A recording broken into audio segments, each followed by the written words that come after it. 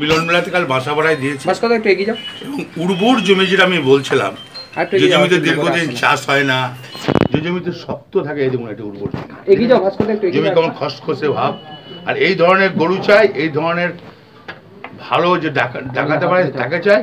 ওই যেমন পাঁচন দেখেছেন তো, পাঁচনের বাড়িতেই উর্বর জমি ঠিক।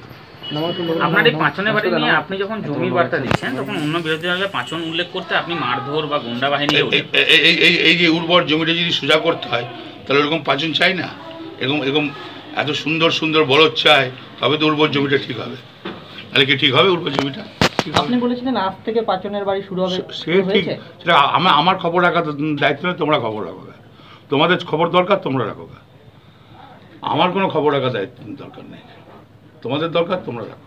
এইটা তো রূপক, এই পাঁচন জমি এবং গরু এরা কাদের কাদের রিপ্রেজেন্ট করছে?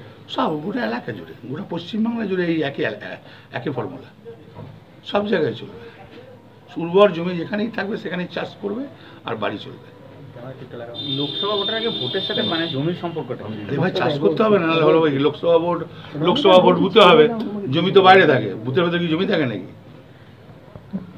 আর এটা কি দিয়ে তৈরি? আর আপনার তো বার্তা অনুযায়ী যে আপনার কর্মীরা এটা আপনার হাতে তুলে দিল, এই বিষয়টা কেমন লাগছে? এটা ভালো লাগছে, পিতলের জিনিস সুন্দরভাবে করে উর্বর জমি কীভাবে হয়, নাঙল কীভাবে হয়, পাঁচন কীভাবে হয়, তো ডিকশনারিতে আছে রে ভাই।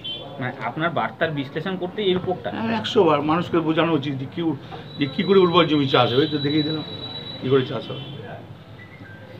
এবারে কোনো জায়গায় কোমরে বাড়ি পড়বে, কোনো জায়গায় পায়ে বাড়ি পড়বে, কোনো জায়গায় পাছায় বাড়ি পড়বে, এইভাবে মিলেমিশে চলবে, আর কি কোনো অসুবিধা হবে না। বাড়ি পড়বে? হ্যাঁ, বাড়ি তো পড়বে, নাহলে চাষ জমিটা কি ভালো, মাটি ভালো হবে? আর আপনি আগেই বলেছিলেন যে বাড়ি বাড়ি গোলাপ ফুল পৌঁছে যাবে, গোলাপ ফুল সে সব ঠিক টাইমে পৌঁছাবে, কেউ বুঝতে পারবে না।